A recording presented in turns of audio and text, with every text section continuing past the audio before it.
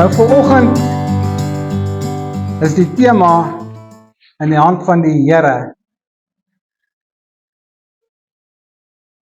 En ek wil hê ons moet vanoggend bietjie 'n les leer uit Dawid se lewe uit.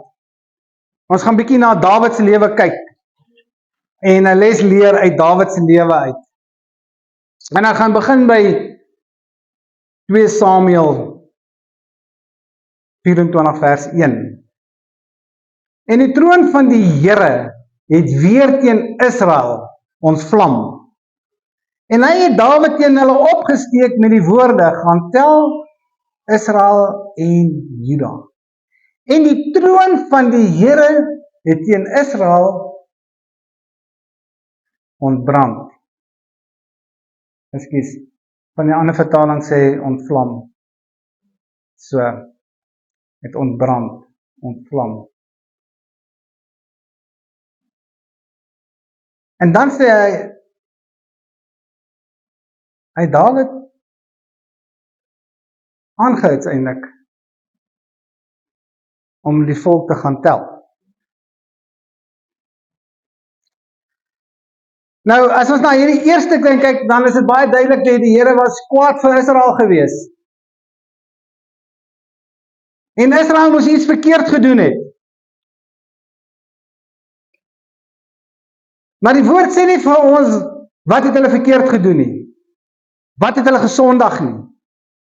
So ons is nie baie seker rondom dit nie. Maar ons maak ons volgende afleiding, hoekom was hierdie sonde, hoekom het die Here kwaad geword vir Israel, was omdat Absalom sy pa wou onttroon het.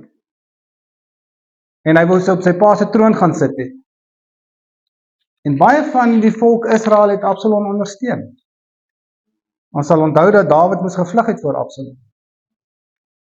En dit is die enigste rede wat ons kon gedink het, hoekom die Here vir hulle kwaad was.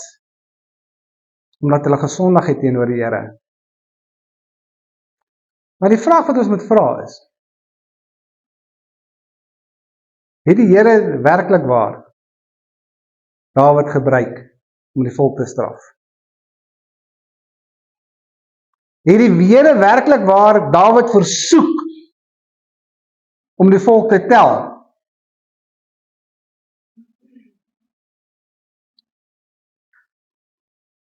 Want as die Here Dawid versoek het om die volk te tel, is dit teenstrydig met die woord, want dis nie wat die woord ons leer nie. Nou sien ek 'n paar ouens kyk nou, ja, julle moet oplet in die klas, pastoor Jacques.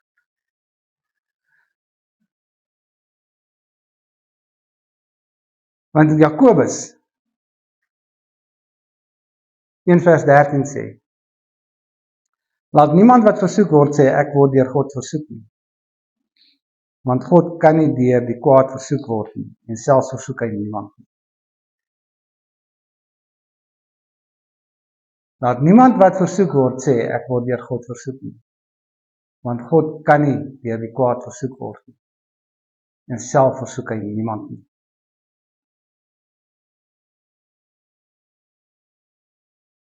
So, weerspreek die Bybel homself hierso. Wat gaan hier aan? Nou, wanneer ons die boeke Samuel en veral Konings lees, dan moet ons die boeke Kronieke ook lees. Want die boek Kronieke gee bietjie, hy beantwoord daai leemte, daai vrae wat daar baie keer ontstaan. Maar voor ons verder gaan, wil ek 'n vraag vir jou vra. En my vraag aan jou is, hoeveel keer in jou lewe het jy 'n begeerte gehad om iets te doen? Maar jy sê jy is kind van God, maar jy het dit net gedoen sonder om God te raadpleeg. En dan het jy nie eers geluister, wanneer jou man of jou vrou of jou vriende vir jou gesê het, moet dit nie doen nie. Jy het nie eens na hulle geluister nie. Jy het net voortgegaan en dit gedoen. En dan soos die Afrikaanse spreekwoord sê, het jy jou vingers verbrand. Kom ons wees eerlik met mekaar. Steek 'n bietjie julle hande op. Wie het dit al gedoen? Ja, ons almal het dit al gedoen. Almal het 'n begeerte in sy hart gehad om iets te doen sonder om God te raadpleeg. Jy mooi gaan dink, het jy dit al gedoen? Goed. Terug by Dawid. Onthou wat het ek van die boek Kronieke gesê? 1 Kronieke 21 vers 1. Satan het teen Israel opgestaan en Dawid opgesteek om Israel te tel. Satan het teen Israel opgestaan en Dawid opgesteek om Israel te tel. God spreek hom nie self nie. Hy versoek niemand nie.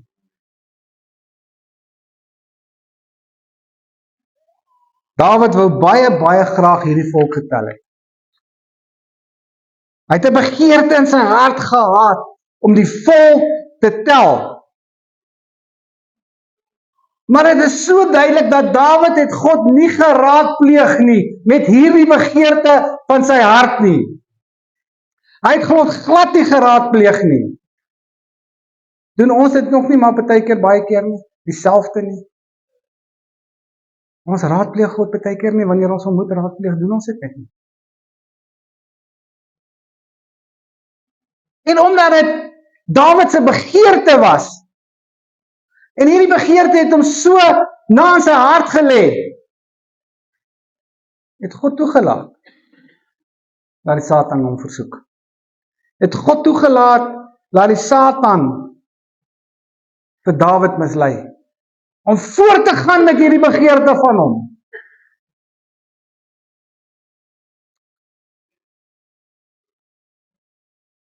Laat die Here nie baie keer toe ook, dat die Satan ons maar mislei, as gevolg van ons eie begeertes nie.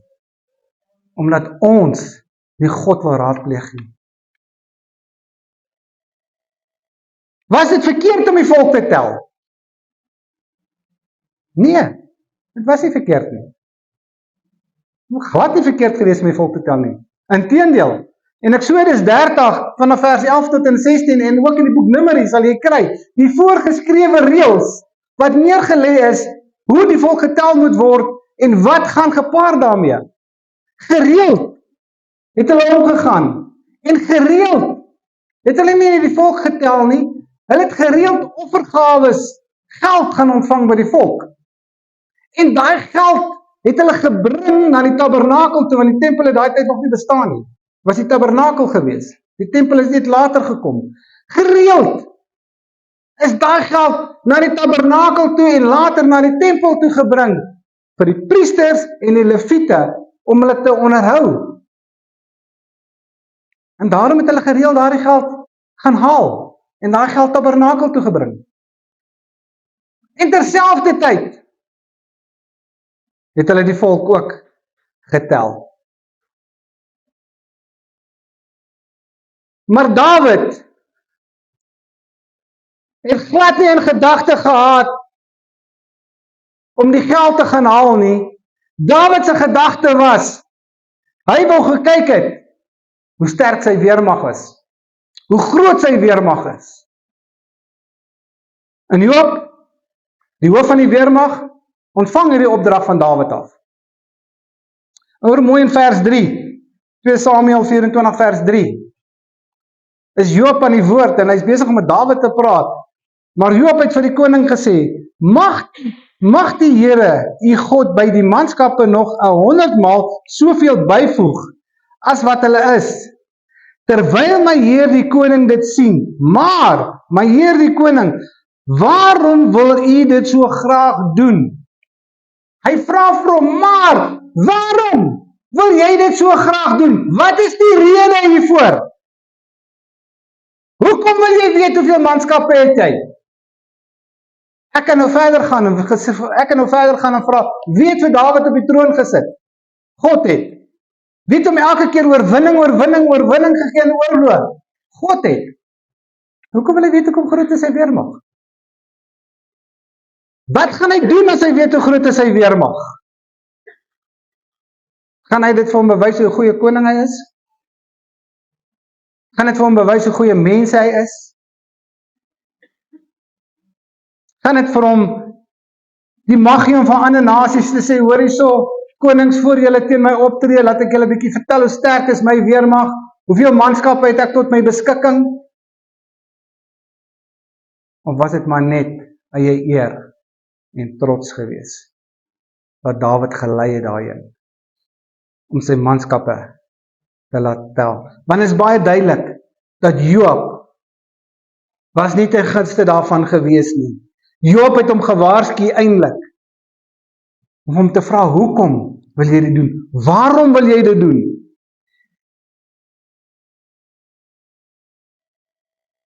Maar Dawid het voortgegaan. Hoeveel keer het jy en ek keer goed gedoen, om vir ander mense te bewys net, hoe goed is jy? Baie keer het jy goed gedoen, om net vir ander mense te bewys, hoe goed is jy? In plaas daarvan, om liewerste die eer aan die Here te bring. Hoeveel keer? Nou vers 9 is nie op die bord nie. 2 Samuel 24 vers 9 is nie op die bord nie. Joab kom terug na 9 maande. En hy kom doen verslag. En hy kom sê vir Dawid, Dawid, hier is die getalle. Jou weermag is so sterk. En onthou in daardie jare, is almal getel bo kan die ouderdom mans, van die ouderdom van 20 af, deel van die weermag.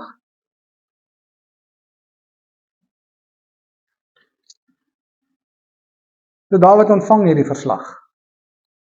En hy weet hoe sterk is hy, sy weermag. Ek wil jou vra, hoeveel keer het jy iets begin, en gedoen, en jy het geweet dis verkeerd? Dawid ontvang hierdie verslag en hy besef, hy was verkeerd gewees. Hy besef, hy was verkeerd in die oë van die Here gewees. En hy besef, hy het gesondig. Hy besef, hy het tot die sonde gekom. En ons lees in vers 10,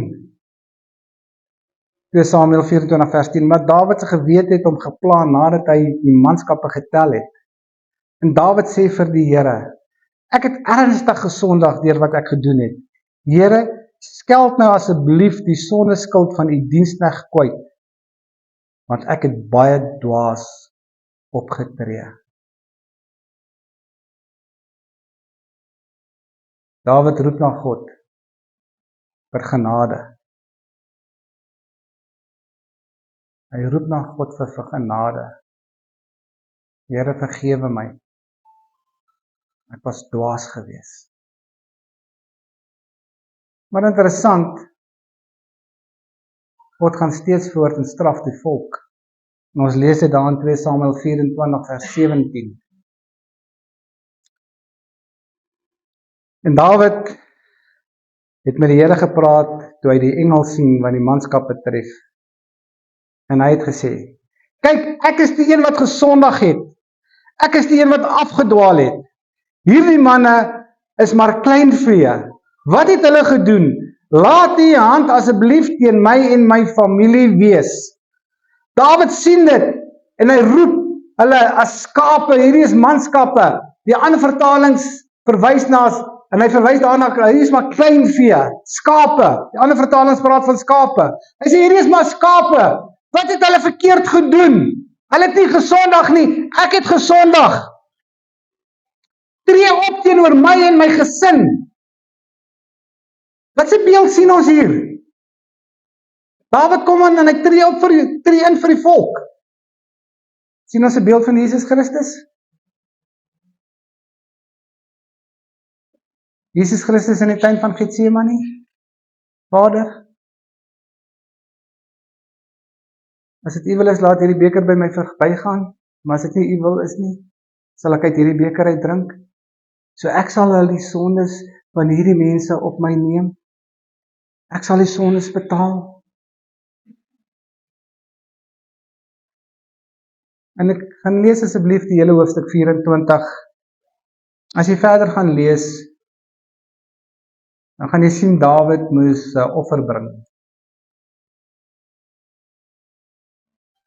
vir vergifnis van sonde vir hom en vir die volk. So bloed, 'n dier se bloed het gevloei sodat daar versoening kan wees. Maar onthou, Israel het gesondig. Ons weet net nie wat hulle presies gedoen het. Dawid was trots geweest, want hy het vir almal gewys het hoe goeie koning hy was. En as jy vers 17 vanaf vers 17 verder gaan lees, sal jy sien daar was 70.000 manne gedood deur die engel. 70.000. Maar kom ons kyk bietjie hoe God met Dawid gedeel het oor sy sonde. En die Here stuur die profeet na Dawid toe. 2 Samuel 24 vers 13. En Gad het by Dawid gekom en hom meegedeel. En hy het vir hom gesê, moet daar 7 jaar hongersnood oor jou en jou land kom, of moet jy 3 maande lank op die vlug wees vir jou teestanders, terwyl hulle jou agtervolg, of moet daar 3 dae lank pessiekte wees in jou land? Oorweeg dit, en kyk watter antwoord moet ek terugneem na hom wat my gestuur het. Sit my die volgende ene op asseblief. Dawid moes kies tussen hierdie 3 goeters. 7 jaar hongersnood in sy land, 3 maande lank vlug voor sy teestanders of sy vyande, terwyl hulle hom agtervolg, of 3 dae pessiekte in die land. Daai pessiekte sou nie net onder die diere gewees het nie, maar sou onder die volk ook gewees het, onder die mense. Wat sou jy gekies het?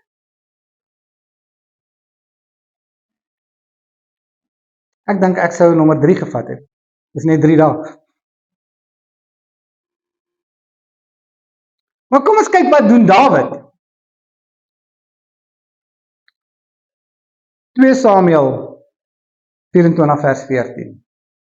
En toe sê Dawid vir Gad, ek is baie benoud. Mag ons tog in die hand van die Here val, want sy ontferming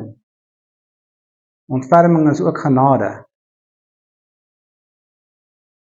Maar mag ek nie in die hand van die mense val nie.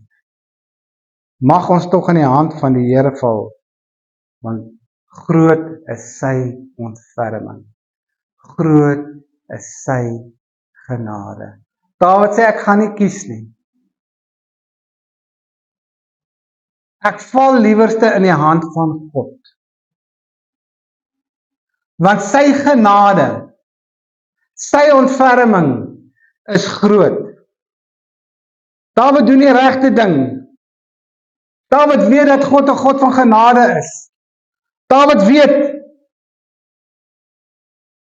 dat die Here hom baie lief het. Het die Here jou ook baie lief? Dawid weet dat God net reg sal doen teenoor hom. Maar dit wat God ook gaan doen, sal God verheerlik.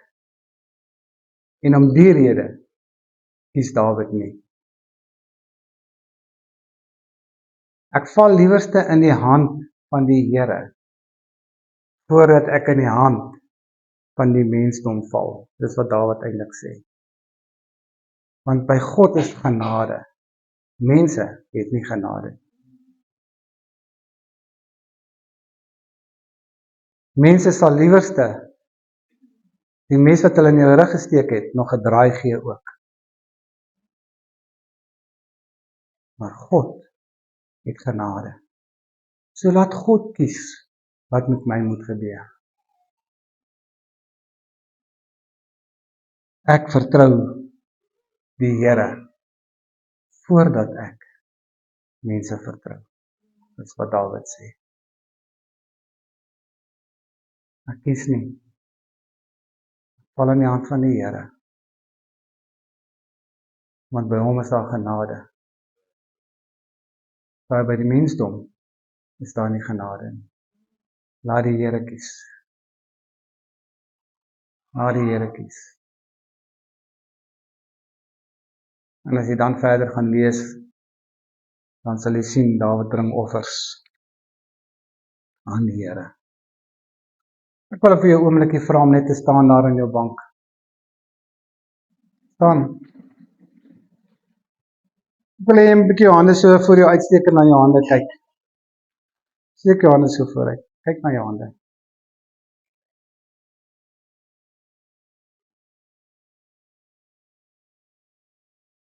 En vra vir jouself, wil ek in my eie hand val, of wil ek liewerste in die hand van God val?